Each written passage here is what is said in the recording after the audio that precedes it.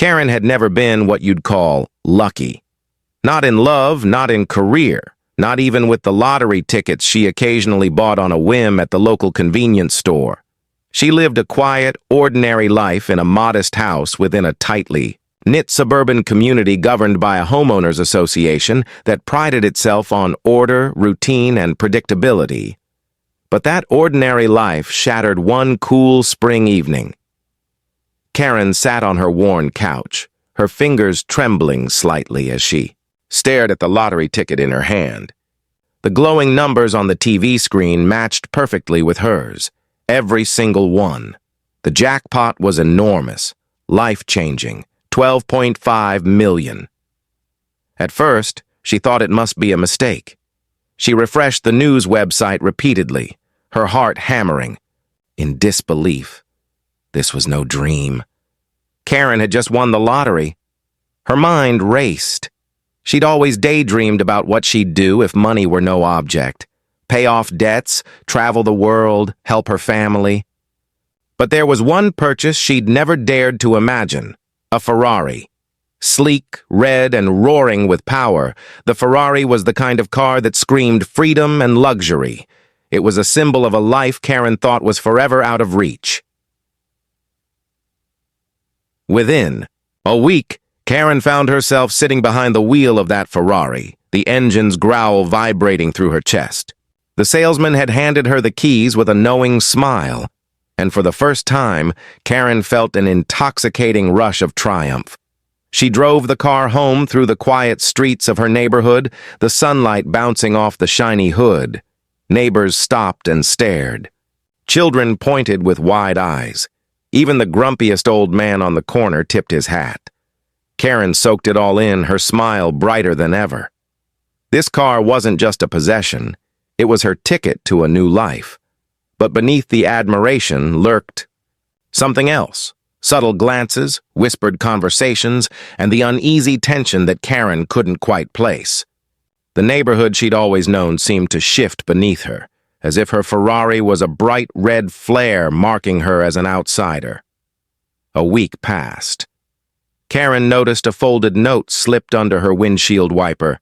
It read simply, "Not everyone here welcomes your new ride." The handwriting was hurried and a little shaky, but the message was clear.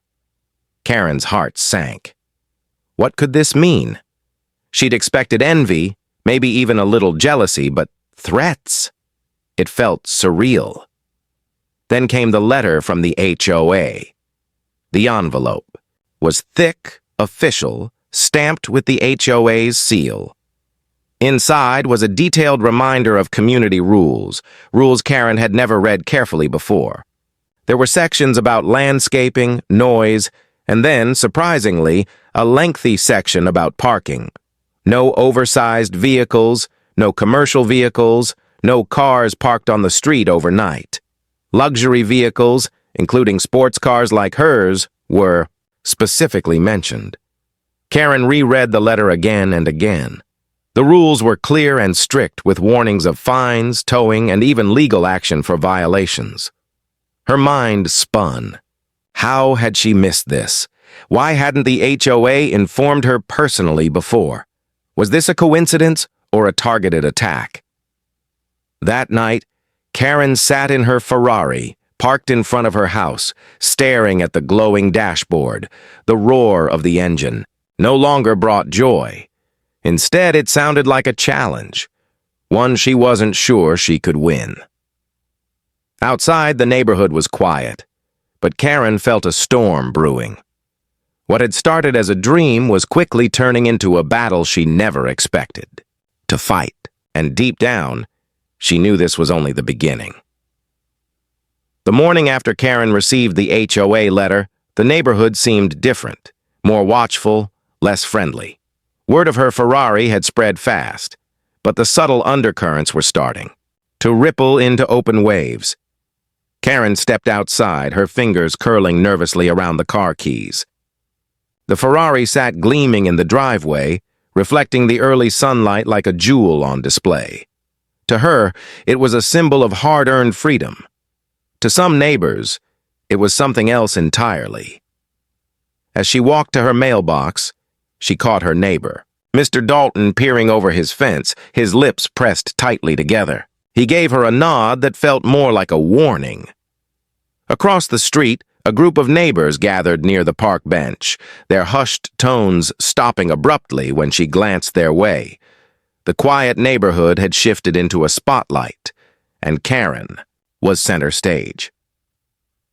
At the community coffee shop that afternoon, she overheard snippets of conversations.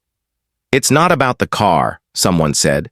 "It's about keeping things the way they've always been." Another whispered, "She doesn't belong here.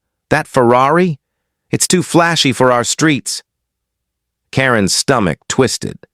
Was it envy, fear, or something deeper, resentment toward her sudden dramatic change in fortune?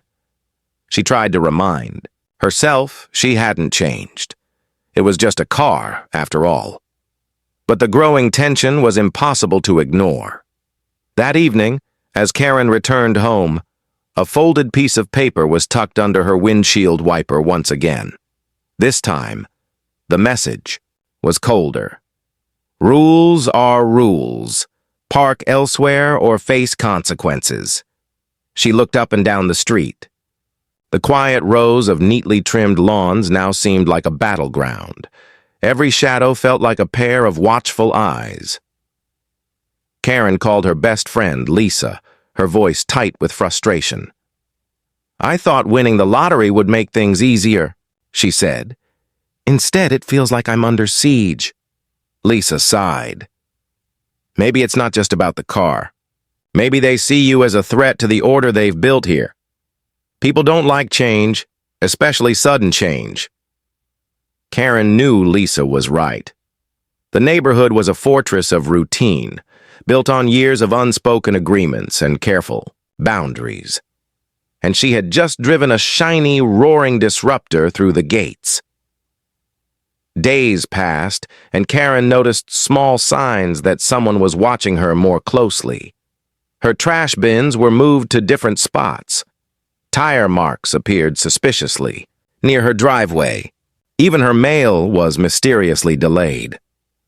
One night, as Karen sat on her porch, she caught movement out of the corner of her eye, a figure standing just beyond the streetlight's glow, watching her car. When she blinked, the figure vanished. Fear, mixed with defiance. Karen refused to be intimidated. She began researching HOA policies, determined to understand every letter, every clause, every loophole. But the more she learned, the murkier it became. That's when the HOA president, Mrs. Emerson, sent an unexpected invitation, a request for Karen to attend the upcoming HOA meeting. Karen debated whether to go. The thought of facing a room full of neighbors, many of whom were already hostile, made her stomach churn. But she knew she couldn't hide. If she wanted to keep her car and her dignity, she had to confront the situation head on. On the evening of the meeting, Karen arrived early. The room was packed, neighbors exchanging quiet glances as she entered. The air was thick with tension, and Karen felt every eye fixated on her Ferrari's bright red paint, visible through the large windows. Mrs. Emerson welcomed her with a polite but measured smile. "We're here to discuss community concerns, Karen. Your Ferrari has brought up some important questions about our rules." The meeting began with neighbors voicing their worries about safety, property values, and maintaining the neighborhood's character. Karen listened, absorbing their fears but also sensing an undercurrent of something else. Resistance. Not just to the car, but to Karen herself. When it was her turn to speak, Karen stood tall. "I understand the rules are important, but I also believe this neighborhood can grow without losing its spirit. I'm not trying to change everything. I just want to enjoy the car I worked hard for." Her words hung in the air. Some nodded in agreement. Others exchanged skeptical looks. As the meeting ended, Karen stepped outside, her heart pounding. The community was divided, the battle lines drawn more clearly than ever. Her dream Ferrari had turned into a lightning rod, and Karen was caught in the middle. Walking back to her car, she noticed a small crowd lingering near the entrance, their faces unreadable. A quiet voice whispered behind her, "This isn't over, Karen. Not by a long shot." And just like that, the stakes were higher and the real fight was about to begin. Karen returned home from the HOA meeting with a strange mixture of hope and dread swirling inside her. She had faced the crowd, stood her ground, and voiced her desire for compromise. Yet, as she unlocked the door to her house, the envelope waiting on her porch chilled her more than the evening breeze. The HOA had sent a second letter, this one more detailed, formal, and ominous. Karen ripped it open, her eyes scanning the fine print. The letter reiterated the community's parking policies, but with an unsettling emphasis on certain sections. No oversized vehicles parked on streets or common areas after 10 p.m. No commercial or recreational vehicles visible from the street. Luxury vehicles and sports cars are discouraged from street parking due to concerns over safety, noise, and neighborhood aesthetics. Violations will result in escalating fines, towing, and legal action. Karen reread the phrase, "Luxury vehicles and sports cars are discouraged." It wasn't just a rule. It was a warning dressed up in bureaucratic language. Her heart sank. How could a car she legally owned be the center of such hostility? The letter didn't merely request compliance. It threatened consequences if she didn't act accordingly. As Karen sat at her kitchen table, the silence was shattered by the phone ringing. It was Mrs. Emerson, the HOA president. "Karen, I want to help you understand the community's concerns," Mrs. Emerson said, her voice tight but calm. "These rules aren't personal. They're in place to protect everyone's property values and peace of mind." Karen tried to keep her voice steady. "I get that. But why now? Why target me and my Ferrari? I haven't seen anyone else get this kind of treatment." There was a pause. "The Ferrari is very visible. It sparked complaints. People feel unsettled. It's not just about the car, Karen. It's about what it represents." Karen frowned. "What does it represent?" "Change," Mrs. Emerson admitted. "Sudden wealth, something outside our usual." The call ended, leaving Karen with a gnawing sense of exclusion. The HOA wasn't just enforcing rules. They were drawing a line between us and them. Determined to fight back, Karen dove into the HOA's bylaws and city ordinances. She spent hours poring over documents, searching for any clause that could help her. But the parking rules were maddeningly vague, written in language designed to cover every possible scenario without naming specifics. Even worse, some clauses gave the HOA broad discretionary powers to enforce community standards. In other words, what they deemed acceptable could change at their whim. Karen wasn't alone in feeling trapped. That evening, she joined an online HOA forum and found threads full of frustrated homeowners dealing with petty rule enforcement, secretive meetings, and unexplained fines.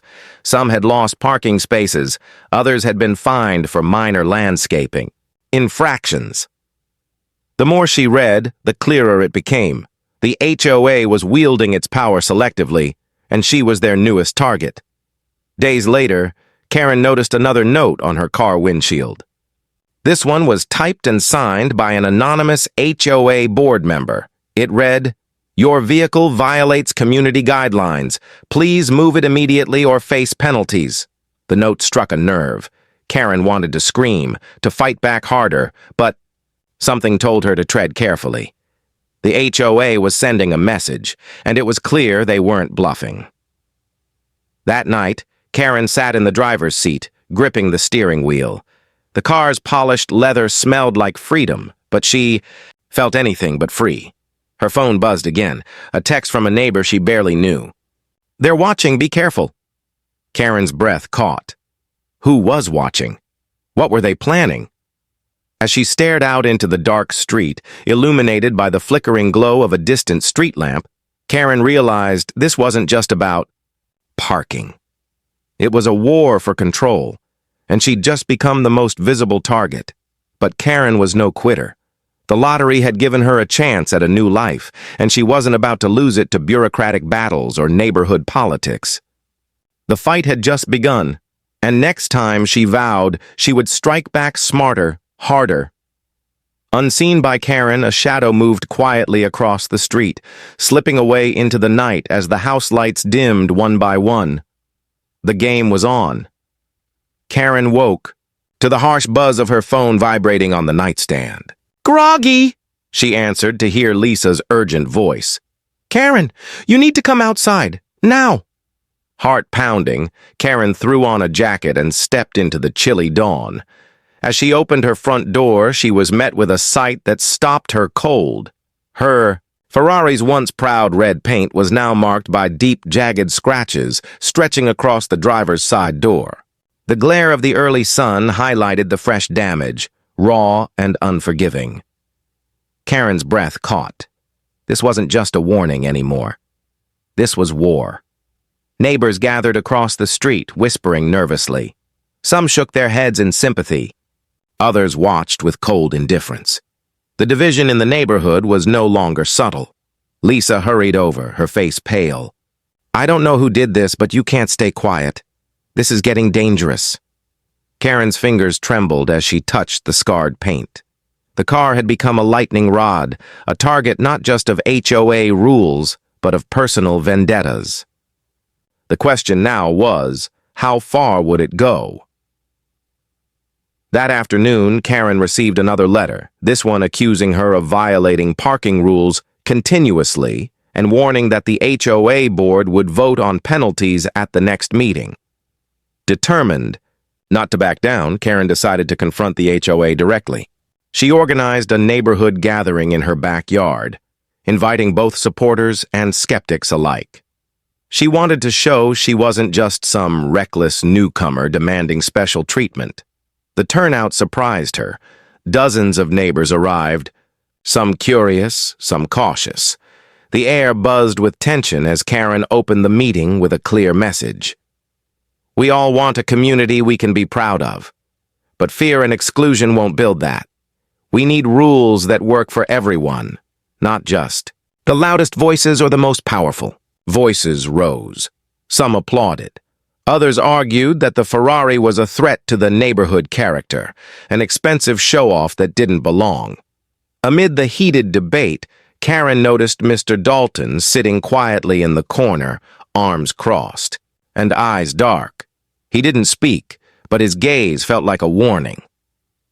Days later, anonymous flyers appeared on front doors across the neighborhood, condemning Karen's disruptive behavior and warning others to protect our community. The thin veneer of neighborly civility was cracking fast. At the next HOA meeting, the room was packed. Karen stood before the board, her heart pounding, ready to defend her right to park her car as she pleased. Mrs. Emerson spoke first, her tone measured but firm. "Karen, your actions have caused division. We must uphold our rules for the good of all." Karen replied, "These rules are vague and selectively enforced. I'm asking for fairness, not special treatment."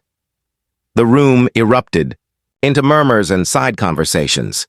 Suddenly, a board member accused Karen of flaunting the rules intentionally, stirring emotions higher. Karen realized then that this battle wasn't just about parking. It was about power.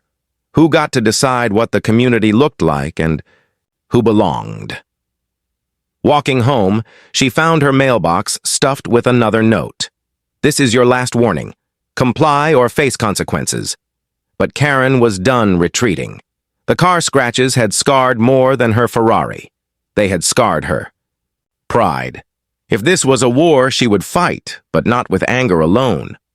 She would gather evidence, allies, and prepare for the fight ahead. Late that night, Karen stood beside her car, the stars above as cold and distant as the neighbors watching from their windows. Somewhere in the shadows, eyes tracked her every move. The neighborhood she once loved had become a battlefield, and Karen was now the reluctant general leading the charge. Karen woke up to an empty driveway. Her Ferrari was gone. The sinking feeling hit her like a punch to the gut. She scrambled to the window, peering down the street, hoping to catch a glimpse of it parked elsewhere, but there was no sign. Her heart raced as she remembered the warnings, the letters, the escalating tension. Had the HOA finally made good on their threats? Frantically, Karen called the towing company listed on the last HOA notice. The voice on the other end was cold and detached. Yes, your vehicle was towed early this morning due to violation of community parking regulations. You'll need to pay fees and comply with HOA demands to retrieve it. Why wasn't I given a direct warning? A chance to move it? Karen demanded. Standard procedure, the operator replied. We act on HOA orders. Karen felt a wave of helplessness wash over her. The Ferrari wasn't just a car. It was the symbol of her new life, her freedom, and her victory over a lifetime of struggle. Now it was locked away behind a grim fence. Out of reach, she rushed to the HOA office hoping for answers or some mercy. But the board members were stone-faced and unsympathetic. We warned you repeatedly, Mrs. Emerson said coolly. This is a matter of community standards. The rules apply equally to everyone.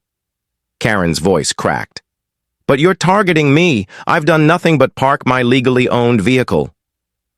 We're enforcing the rules for everyone's benefit, another board member replied. If you want your car back, you need to follow the guidelines.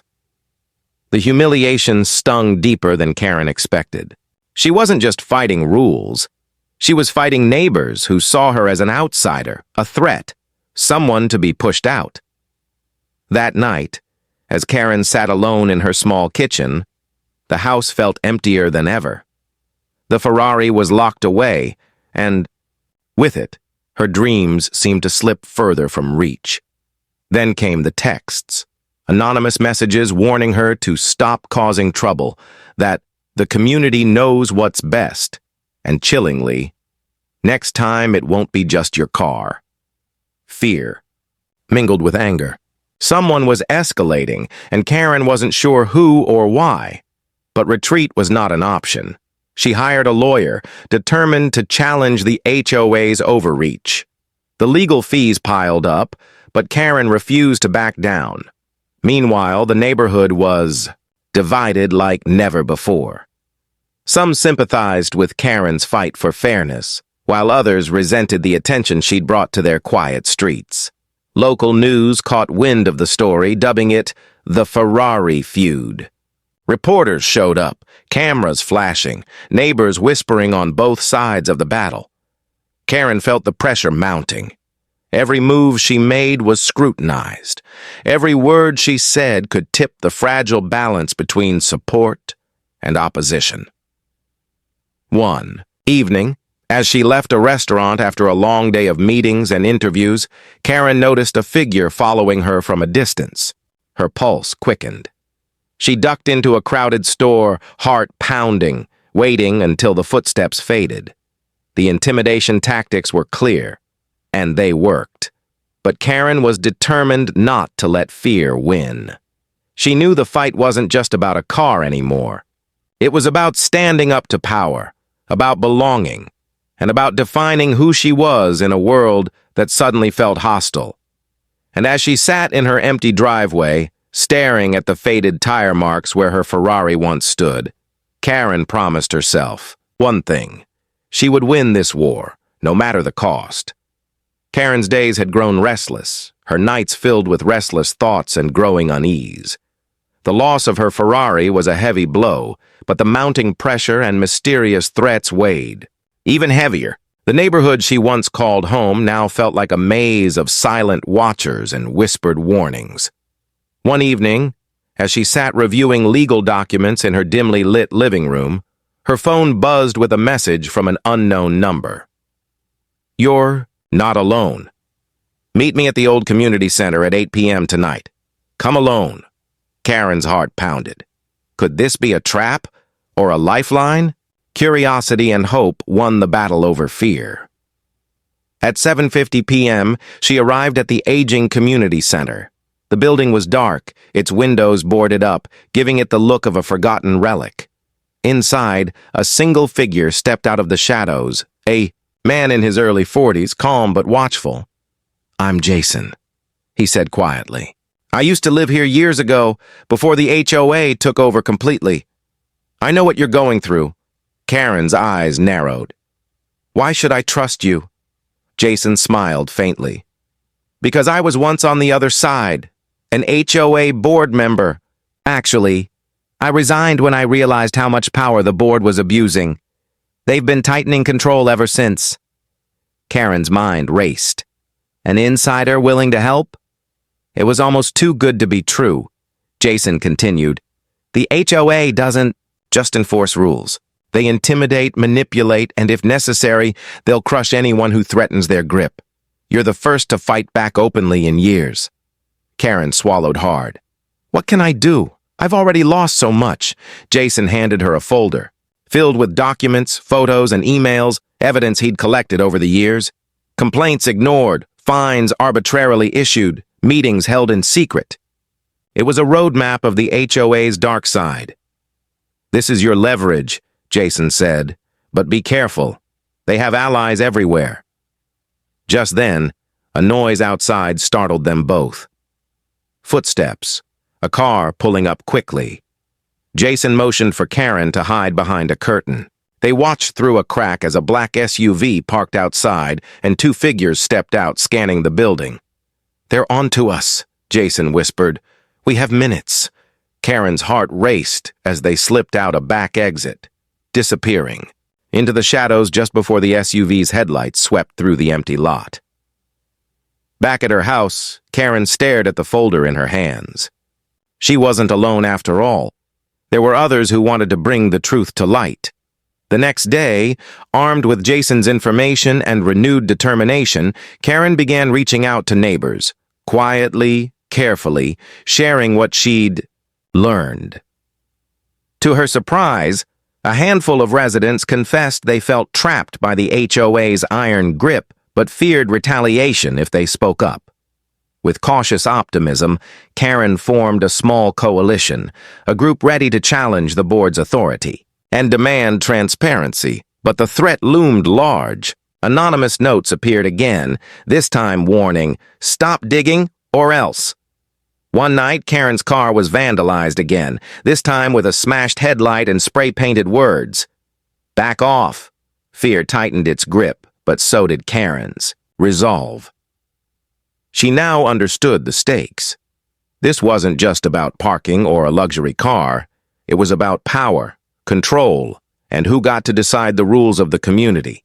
And as the coalition prepared to take their fight public, Karen knew the coming. Days would test her strength, courage, and maybe even her safety. The shadows were gathering, but so were the allies. The tension in the neighborhood had reached a boiling point. Karen's small coalition had gained momentum, quietly rallying neighbors tired of the HOA's iron grip. Flyers calling for transparency and fairness appeared overnight on doors, and private meetings buzzed with hushed conversations. But the board was not going to give up without a fight. Just days before the next HOA meeting, the one that would decide the fate of Karen's parking privileges and potentially her standing in the community, something unexpected happened. Karen received a phone call from an unfamiliar number. "Karen," a voice whispered urgently. "I'm Sarah, the new HOA secretary. I can't stay silent anymore. Meet me at the park in 10 minutes. Curious and cautious, Karen arrived to find Sarah, a woman in her 30s with tired eyes but a determined stance. "I joined the board to make things better," Sarah confessed. "But the old guard runs everything behind the scenes. They're ruthless." Sarah slid a folder across the park bench. "I've gathered proof of their abuses, secret meetings, backroom deals, and violations of the very rules they enforce." Karen's pulse quickened. This was the break she needed. Together, they planned to present the evidence at the upcoming meeting. If the community saw the truth, they might finally reclaim control. But Sarah warned, "You need to be careful. They're already watching you, and now me too." The night before the meeting, Karen's phone buzzed with a message. Tonight, your car, or worse. Fear knotted her stomach, but she refused to be intimidated.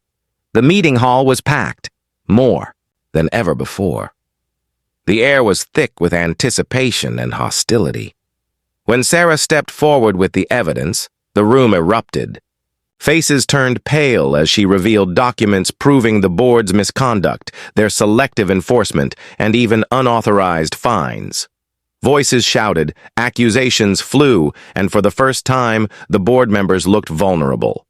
Mrs. Emerson tried to regain control, but her authority was crumbling. Then, in a stunning twist, Mr. Dalton, the quiet neighbor who had watched Karen so intently, stood up. "I've been silent too long," he declared. "I was on the board years ago and saw the damage this corrupt leadership has caused. It's time for a change." The room fell into shocked silence. Mr. Dalton proposed a vote of no confidence in the current board. The vote was taken, neighbor after neighbor raising hands against the old guard. Mrs. Emerson's face hardened as the decision became clear. The board was ousted. Karen felt a surge of triumph and relief. But just as the meeting ended, Sarah pulled Karen aside. "There's one more thing," she whispered. "They won't go down quietly. Expect retaliation. We've only won the battle, not the war." As the crowd dispersed, Karen looked out at the night sky, stars twinkling faintly through the clouds. The neighborhood was changing, but the fight for peace and fairness was far from over. The unexpected coup had shifted power, but the shadows lurking behind the board's fall promised challenges still to come. Karen knew this victory was only the beginning, and she was ready. The dawn after the unexpected coup brought a fragile calm over the neighborhood. The old board was gone, replaced by fresh faces, including Sarah and, surprisingly, even Mr. Dalton, a man who had once stood on the sidelines, now leading the charge for change. Karen felt a cautious optimism as she watched neighbors talk openly, their voices no longer tinged with fear or resentment. The community seemed ready to heal, but deep down, Karen knew the real test was yet to come. That afternoon, she received a call from the impound lot.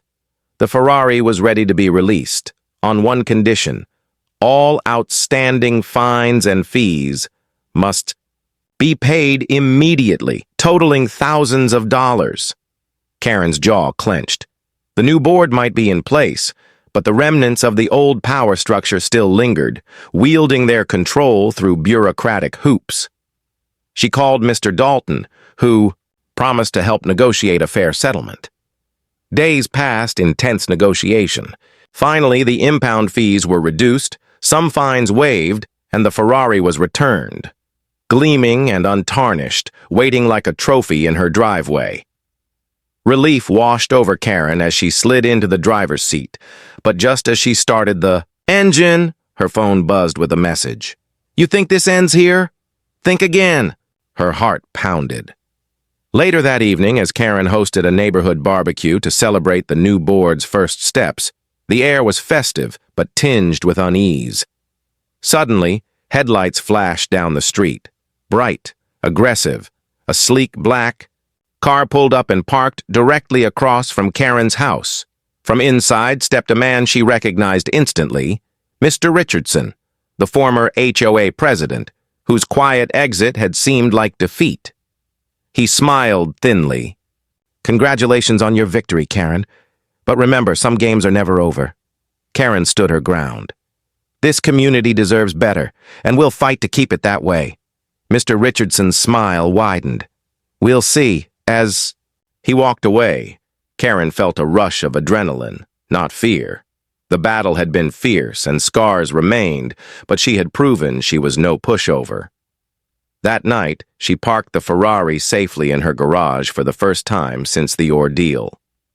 The sleek red curves reflected the soft glow of the porch light, a symbol of resilience and hard-won freedom.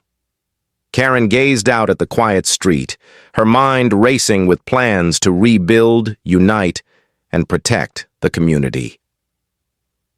The HOA parking wars had cost her much: her peace, her patience, and nearly her prized Ferrari.